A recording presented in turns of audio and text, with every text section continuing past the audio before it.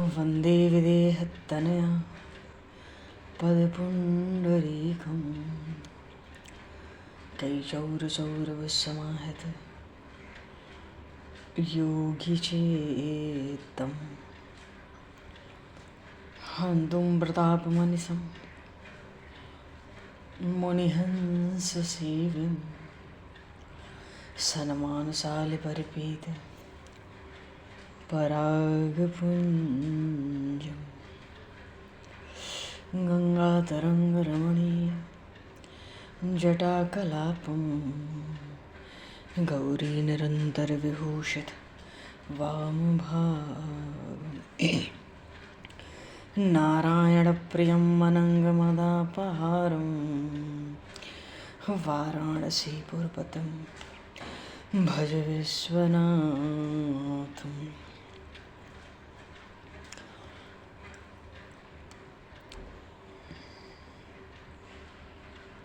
कृष्णाय वासुदेवाय देवकीनन्दनाय च नन्दगोपकुमाराय गोविन्दाय नमो नमः।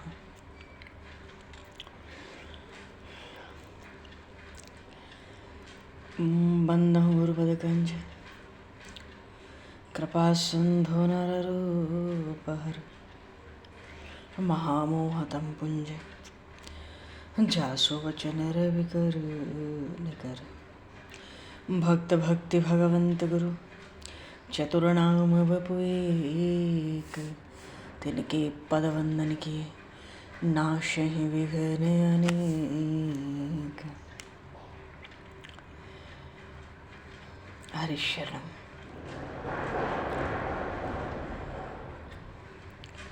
बोलिए श्यावर रामचंद्र भगवान की जय। श्री बांके बिहारी जी महाराज की जय। श्री चैतन्य महाप्रभु की जय। श्री गौरी शंकर भगवान की जय। सब संतन की जय, सब भक्तन की जय। श्री वृंदावन प्रेम धाम की जय, श्री अयोध्या धाम की जय। संपूर्ण संप्रदाचार्यन की जय, आचार्य चरण की जय,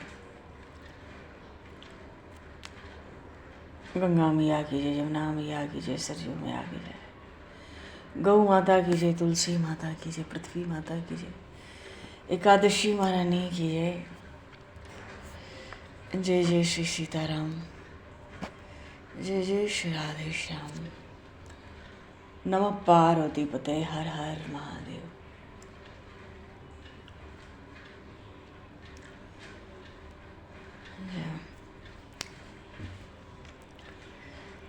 अनंत कोटि ब्रह्मांड नायक सर्वेश्वर पूर्ण परात्पर ब्रह्म असंख्य कल्याण गुणगण निलय भक्तवांक्षा कल्पतरु शरणागत वत्सल भक्त वत्सल दीनबंधु दया सिंधु भगवान से सीताराम जी महाराज की असीम कृपा करुणा से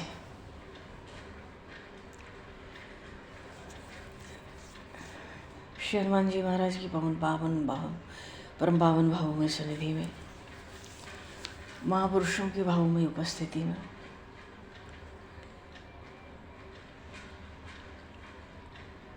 एवं आप सभी श्रद्धालु भक्त वैष्णवों की मंगल सन्निधि में मानव जीवन का सर्वोत्कृष्ट फल भगवत गुणगान भगवत स्मरण का लाभ हम सभी श्री चैतन्य महाप्रभु के लीला चरित्रों के माध्यम से प्राप्त करने जा रहे हैं। सर्वप्रथम आप सभी भक्तजनों के श्री चरणों में भगवत भाव से सादर वंदन, सादर नमन। आप सभी को यथा योग्य जय श्री राम, जय जय श्री राधे, हरि शरणम, निताई गौर हरि बोल, जय श्री राधे।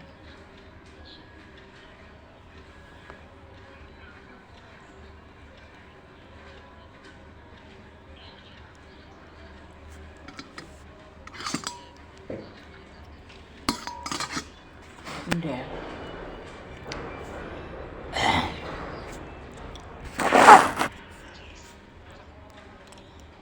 हरिशरण वराहपीडं नटवरवपुः कर्णियो कर्णिकारं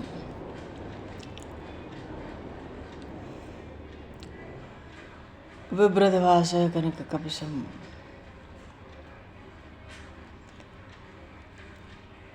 वैजयन्तीं च मालां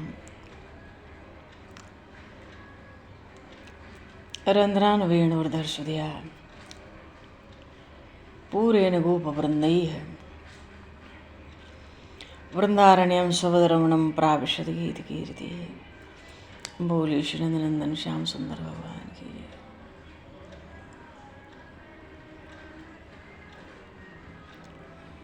श्री चैतन्य महाप्रभु की जय।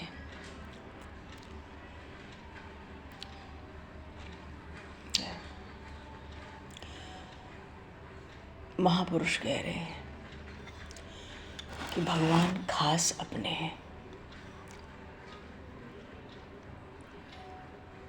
हम जो संसार को अपना मान रहे हैं वो हम बड़ी भारी गलती कर रहे हैं।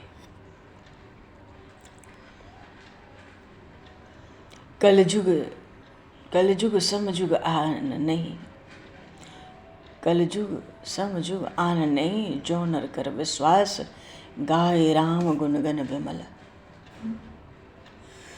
भवतर बिनहि प्रयास।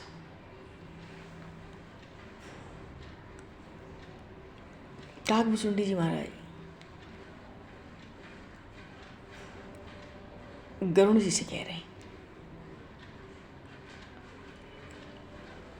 क्योंकि इस प्रसंग में काकभूषुंडी जी ने पहले गरुण जी को अपनी कथा सुनाई, पूर्व जन्म की कथा, पहले की कथा सुनाई, और कहते हैं उस समय कलयुग था। जब मेरा शूद्र का शरीर था, मैं उज्जैन में था, मैं उस समय कलयुग था। मैं अयोध्या से उज्जैन गया था अकाल के कारण। पर कलयुग कैसा, सब नर नारी धर्म के विरुद्ध आचरण में लगे हैं। बड़ा व्याख्यान किया। अंत में कहते हैं कि मनुष्य यदि विश्वास करे तो कलयुग के समान दूसरा कोई युग नहीं है।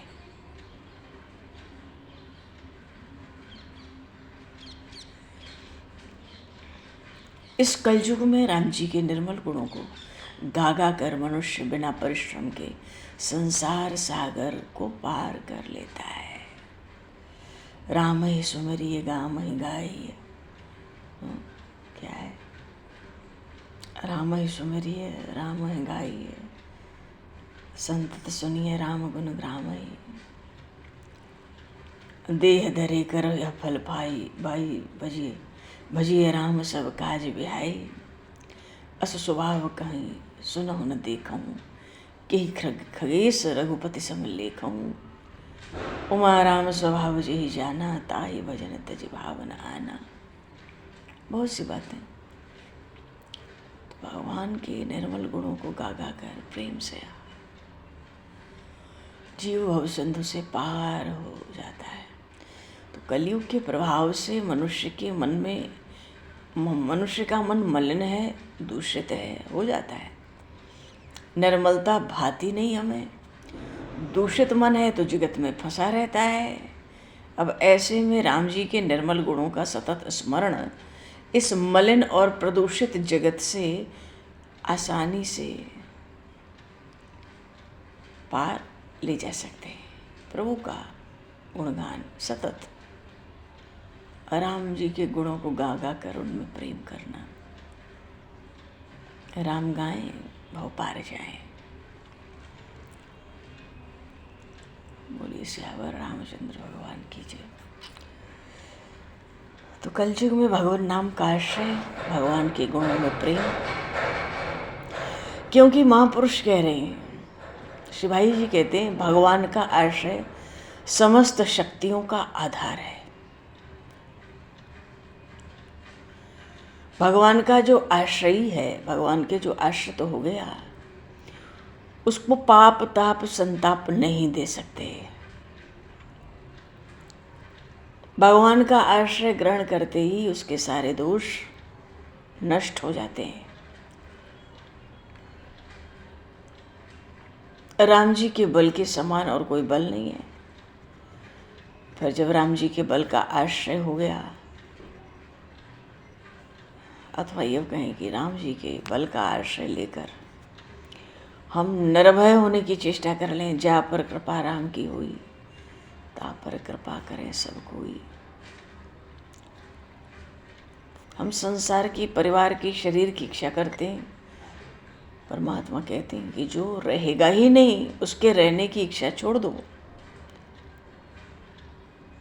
नाशवान की इच्छा करने से जो वस्तुएं नष्ट हो जाएंगी, शरीर, संसार, परिवार, सुख, भोग, उस नाशवान की इच्छा से जितना नुकसान होता है उसका कोई पार ही नहीं, फायदा कुछ है ही नहीं। नाशवान शरीर, संसार, परिवार की इच्छा करने में फायदा कुछ भी नहीं है और नुकसान कुछ भी बाकी नहीं है। इसलिए साधकों को धन में ममत्व नहीं रखना चाहिए, क्योंकि जो धनी होगा वो विनयी नहीं हो पाएगा। और भगवान के लिए दोनों प्रकार के भक्त प्रेम के, स्नेह के पात्र हैं। चाहे वो सबका भला चाहने वाला हो,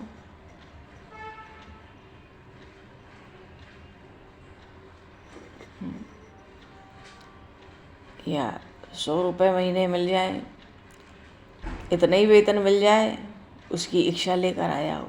क्योंकि भीतर तो बात यह है ना कि वो सबका भला चाहने वाला है। महापुरुष श्री कृष्ण चैतन्य महाप्रभु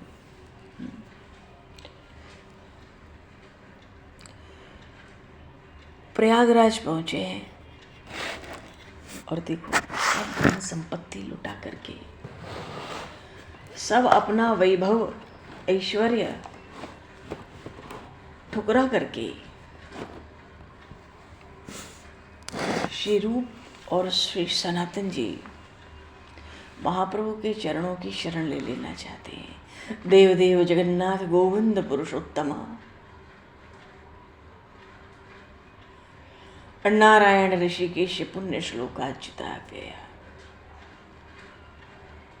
वस्तुतः भगवान क्या करना चाहते हैं उनकी माया को हम समझ नहीं सकते।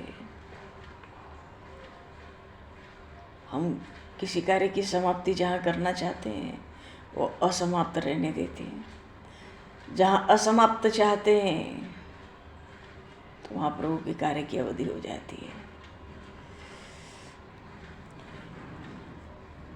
तो मूढ़मति इस जीव का कुछ भी चाहना व्यर्थ है। तो ये प्रभु मेरे इस चंचल मन को आप ऐसा बना दो कि मैं कुछ चाहूँ ही नहीं, तुम्हारी चाह में ही मस्त रहूँ, तुम्हारी इच्छा पर ही टिका रहूँ। प्रभु मेरे मन को ऐसा बना दो।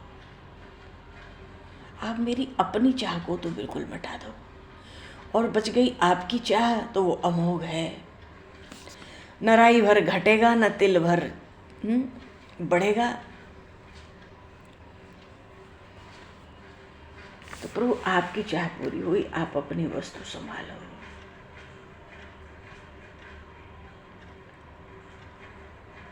यत् कृतं यत् करिष्यामि यत् करोमि जनार्दन तत् त्वयैव कृतं सर्वं त्वमेव फलं भुग् भवे। तो जो कार्य आपने कराया प्रभु, यत् कृतं यत् करिष्यामि, ये सब आपको अर्पित है। जीव क्या परमात्मा को अर्पित कर सकता है? जीव सहज परमात्मा को समर्पित है। जीव सहज भगवान का दास है। कोई कहे प्रभु दासो हम, दासो हम, दासो हम, दासो हम, दासो हम। दास बनना भी एक औपचारिकता है। महापुरुष कहते हैं जीव तो सहज भगवान का है, सहज दास है। तुम क्या दास बनोगे? तुम क्या भगवान के बनोगे? तुम भगवान के ही हो। अब जैसे कोई स्वामी सेवक के द्वारा अपनी ही वस्तु पा जाए, कोई मालिक अपनी कोई वस्तु ढूंढ रहा हो और सेवक ला के उसको दे दे, तो वस्तु तो मालिक की ही थी, पर सेवक की ओर कृपा की दृष्टि से वो देखता है। क्यों? मेरी खोई हुई वस्तु मुझे ला कर दे गया। जैसे गुरु महाराज शिष्य वो जीव तो जब तक शिष्य नहीं हुआ, अथवा तो शिष्य होकर भी वो जीव भगवान से अलग हो गया, पर है तो ममैव अंशो जीव लोके, इस जगत में जो सनातन जीवात्मा है वो मेरा अंश है, तो है तो भगवान का ही जीव, पर खो गया माया में। अब गुरुदेव उसको पकड़ के भगवान के चरणों में पहुंचा देते। तो था तो वो परमात्मा का ही, पर भगवान भी उस गुरु को, उस महात्मा को, उस संत को, उस भक्त को बड़ी कृपा की दृष्टि से देखते हैं, जो दीनहीन भूले भटके जीव को मेरे पास पहुंचा देता है। उसको कृपा की दृष्टि से देखते हैं, उस पर प्रसन्न हो जाते हैं, उसका यश करते हैं, उसको पुण्य होता है। इसीलिए गुरु शिष्य परंपरा भी है, इसीलिए सत्संग का आश्रय भी है। जैसे तैसे हम सुन के समझ के कैसे भी भगवान के हैं वहां तक पहुंच जाएं, पर बिना गुरु चरणों के आश्रय के, बिना महापुरुषों के आश्रय के हम पहुंच नहीं सकते। भगवान सीधे स्वीकार करते ही नहीं है। तो स्वामी सेवक के द्वारा अपनी ही वस्तु पाकर उसकी ओर कृपा की दृष्टि से देखता है। ऐसे ही प्रभु इस दीनहीन कंगाल साधन से रहित सेवक की ओर भी कृपा कटाक्ष की कोर से एक बार निहार लो बस। काय बात के सेवक, सेवक भी हैं कृतघ्नि, दास है, काय बात के दास है, दास भी हैं तो कृतघ्नि। पर यही अभिलाषा है, एकमात्र अभिलाषा नाथ, इस कृतघ्नि की ओर भी कृपा कटाक्ष की कोर से एक बार निहार लो। आपके हुए कराए हुए कार्यों में अपनेपन का भाव न उठने पावे, ना मैं किया न कर सकूं साहिब करता मोर, ना मैं किया न कर सकूं साहिब करता मोर, करत करावत आप है। पलटू पलटू सुर सोई जाने जिन देव जना, और जानत तुम्हें हो जाई। तो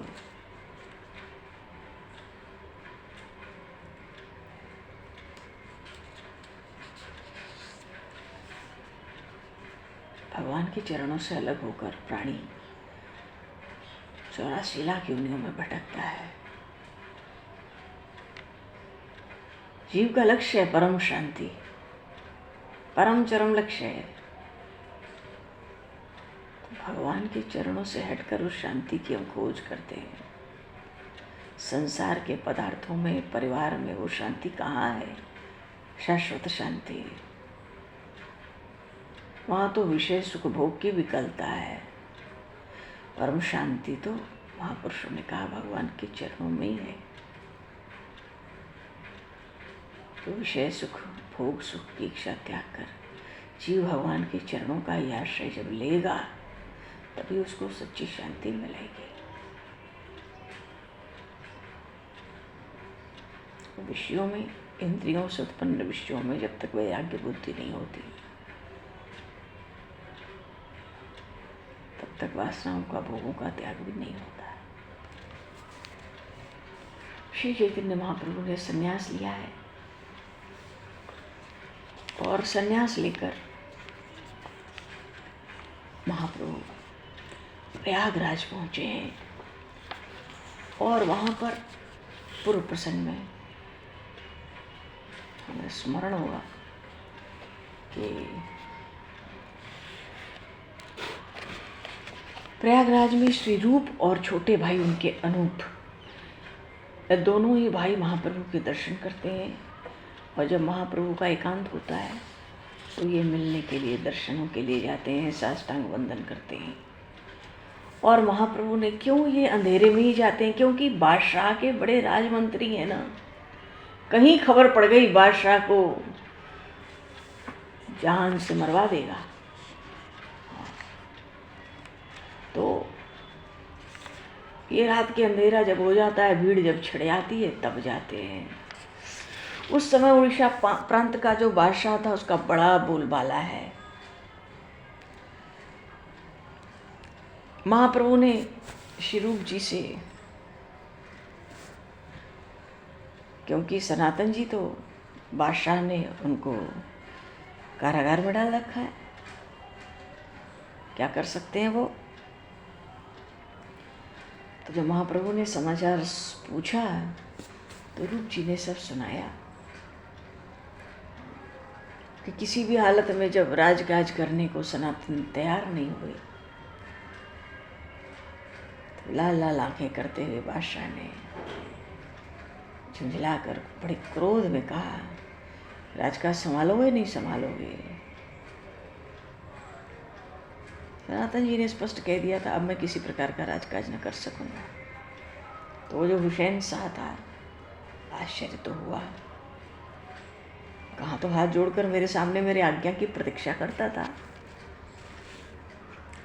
बहुत समझाया था बादशाह ने, पर तो कोई बात नहीं बनी। तो भाई बादशाह के साथ धृष्टता का क्या फल होगा। फौरन दो सेवक आओ, बंदी बना लो इसको, जेल खाने पहुंचाओ। क्षण भर में आज्ञा पालन, सनातन जी राजबंदी हो गए, कारावास में भेज दिए गए।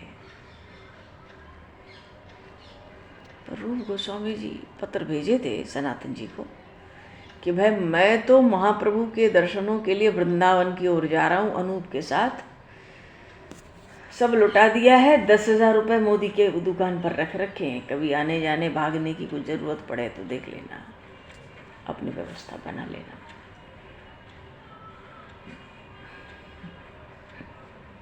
आज से 550 वर्ष पूर्व लाख की कमाई तो महीने में इनके घर में होती थी।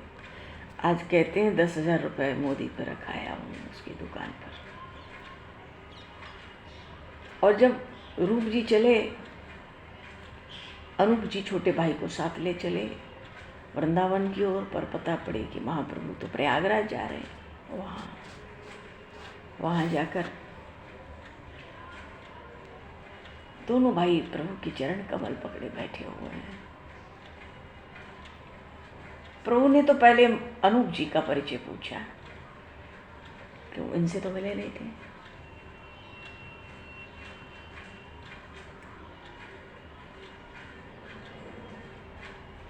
बताया परिचय, ये भी हमारे छोटे भाई हैं। सनातन जी बड़े हैं, ये छोटे हैं। सब समाचार जब सनातन जी का सुनाया, कहते हैं प्रभु सनातन जी आपके चरणों के दर्शनों के लिए कारावास की काल कोठरी में पड़े हैं, छटपटा रहे हैं। महाप्रभु हंसते हुए कहते हैं, अब वे कारावास में कहाँ, अब तो वे वहाँ से छूट गए होंगे, और भगवान करेंगे तो शीघ्र ही तुम दोनों भाइयों की भेंट होगी। अब तुम लोग यहीं सब कुछ समय मेरे पास रहो। व्यवस्था भी हो गई, भोजन प्रसादी हुई, बड़े आनंद से प्रभु चरणों में दोनों भाई सेवा में रहने लगे।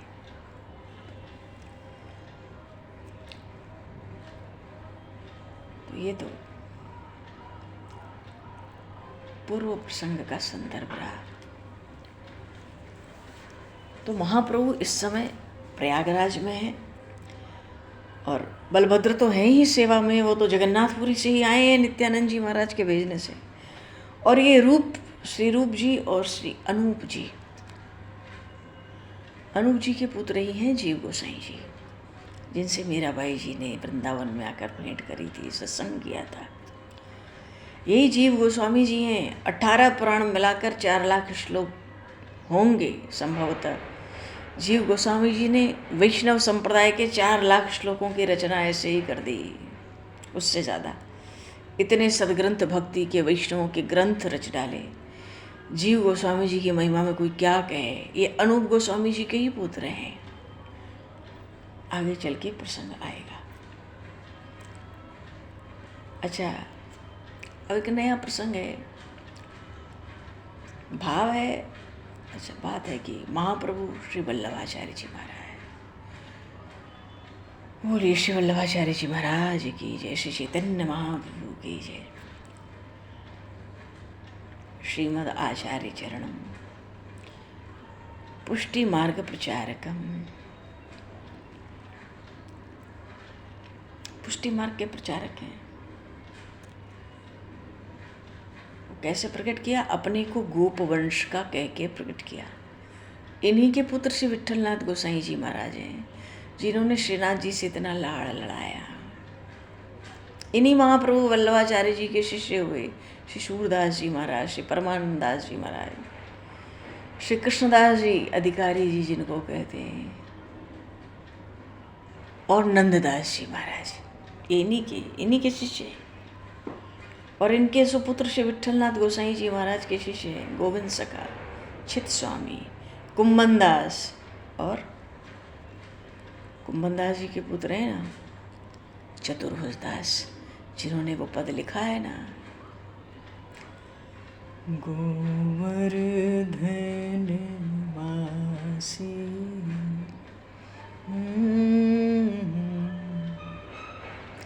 तुम बिनु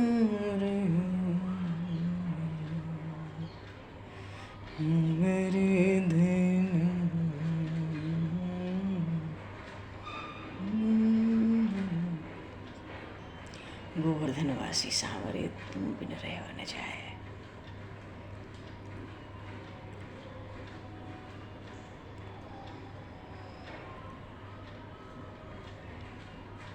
तो श्री महाप्रभु श्री वल्लभाचार्य जी महाराज, वल्लभम गोप वंशाख्यम भूयो भूयो नमाम्याम, ऐसे श्री वल्लभाचार्य जी महाराज के श्री चरणों में हम सब कोटिशः प्रणाम निवेदित करें। पुष्टि मार्ग के प्रचारक हैं, क्योंकि जो पुष्टि मार्गीय संप्रदाय है आज भी श्री गिरिराज जी में है, जतिपुरा में, उधर उदयपुर में पहुंच गए श्रीनाथ जी महाराज। तो जो पुष्टि मार्गीय संप्रदाय की प्रवर्तक आद्य आचार्य है भगवान श्री वल्लभाचार्य महाप्रभु, श्री चैतन्य देव के समकालीन थे, एक ही समय में थे दोनों। और दोनों ही महापुरुषों के जीवन में बहुत अधिक साम्य है, बड़ी समानताएं हैं। एक तो दोनों ही भगवान के अनन्य भक्त, और दोनों ही लोक शिक्षक आचार्य भी, लोक को, जगत को शिक्षा देने के लिए। दोनों भक्ति मार्ग के प्रवर्तक, और दोनों ही अपने अपने संप्रदायों में भगवान के अवतार माने गए। दोनों ही महाप्रभु कहलाए। तो दोनों का जो प्रागट्य है केवल 6 वर्ष के आगे पीछे हुआ, 5-6 वर्ष का अंतर है। तो भगवान वल्लभाचार्य महाप्रभु श्री चैतन्य देव से 6 वर्ष पूर्व ही इस धराधाम पर अवतरित हुए।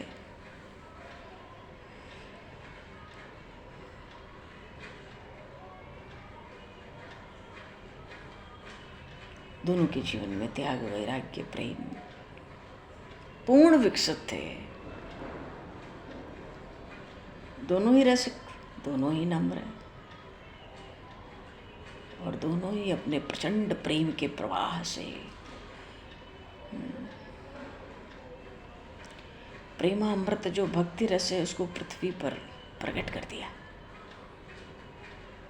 दोनों गुणों को ग्रहण करने वाले, शांत, अदोषदर्शी, प्रेम की उपासना करने वाले।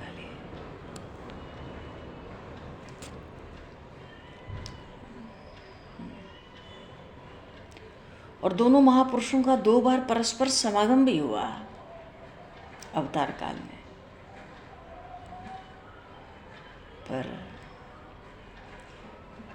उसका जो वर्णन है समागम का, वो अपने अपने पक्ष के अनुसार है, निष्पक्ष नहीं मिलता है। तो ये है कि एक दूसरे से दोनों अत्यंत स्नेह करते थे, दोनों में बहुत अधिक प्रगाढ़ता थी। वो क्यों ना हो, जो संसार को अपने प्रेमामृत से अमर बना सकते हैं। तो क्या वो आपस में संकोच और द्वेषपूर्ण भाव रखेंगे?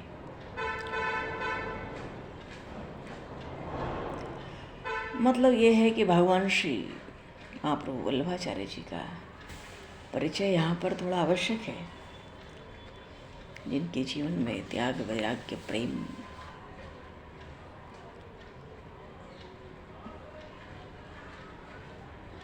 चैतन्यता है।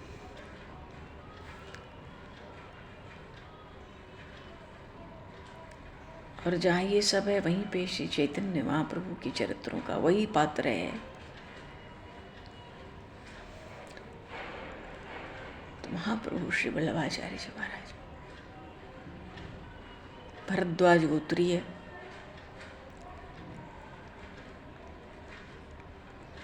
कुलीन ब्राह्मण वंश में इनका प्रागट्य।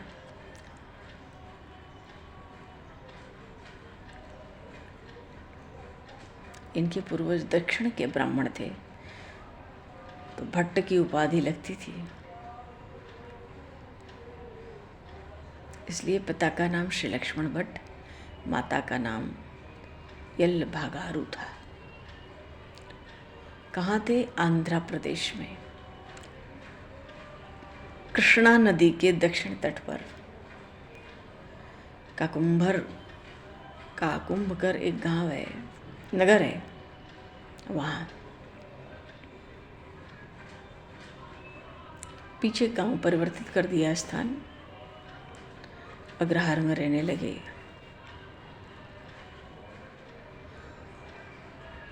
तो चरित्र है आगे बढ़िया। श्री लक्ष्मण भट्ट जी महाराज, इनके पिताजी श्रीमद् वल्लभाचार्य जी के पत्नी के साथ तीर्थ यात्रा के लिए काशी आए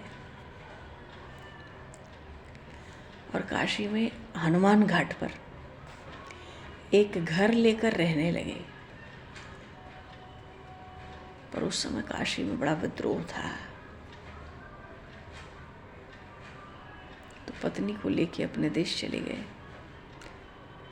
पत्नी गर्भवती थी,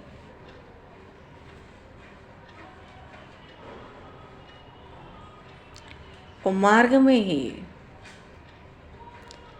महाप्रभु श्री वल्लभाचार्य जी महाराज का प्राकट्य हुआ।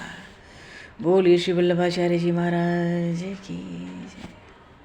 ऐसा, हाँ,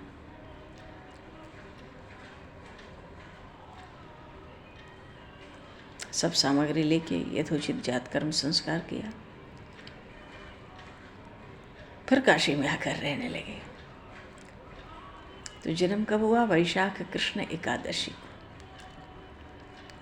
रात्रि में जन्म हुआ।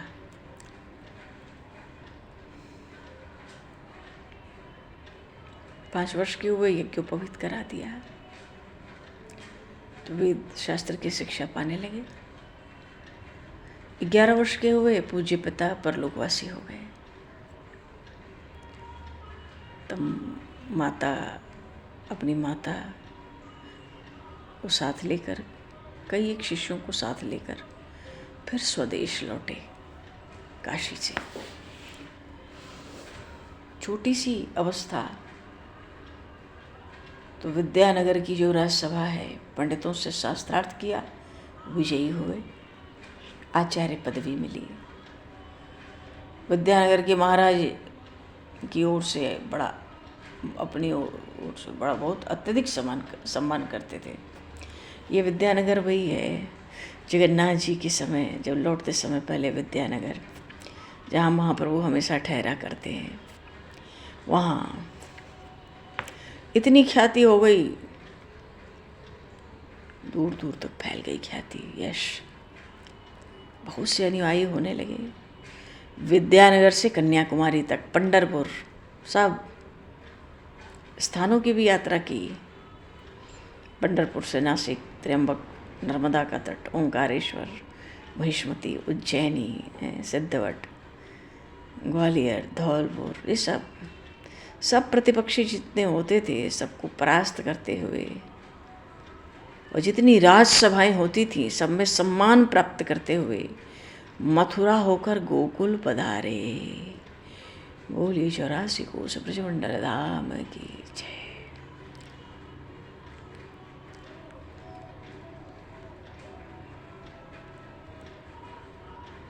और वहीं महाप्रभु श्री वल्लभाचार्य जी महाराज को भक्ति मार्ग को प्रकट करने के लिए भगवान की आज्ञा प्राप्त हुई और स्वप्न में साक्षात भगवान ने इनको एक मंत्र का उपदेश दिया। वो मंत्र गद्य के रूप में था, सरल भाषा के रूप में। वो ऐसा मंत्र जिसके द्वारा जीवों का ब्रह्म के साथ संबंध किया जाता है।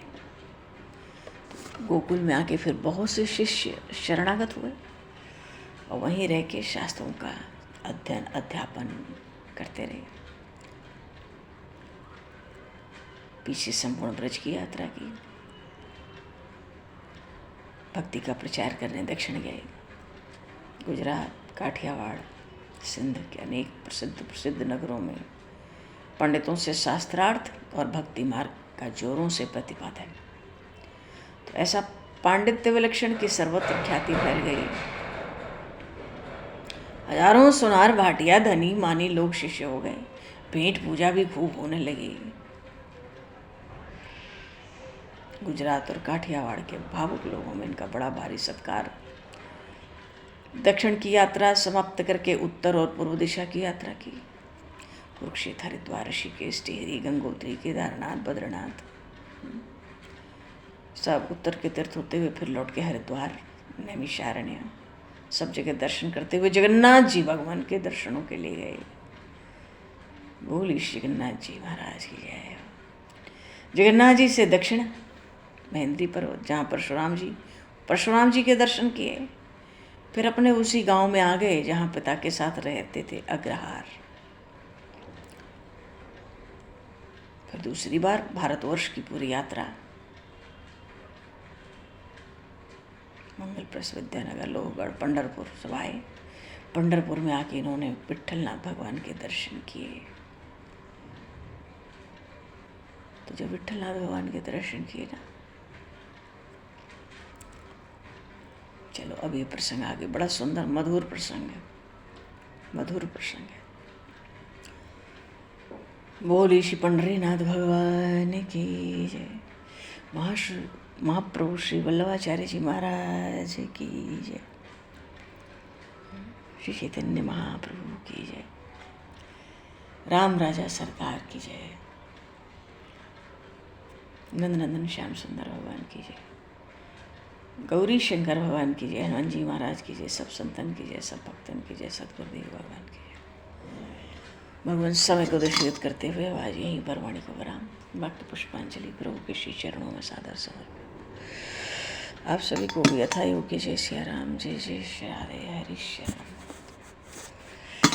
निताय गौर हरि बोल।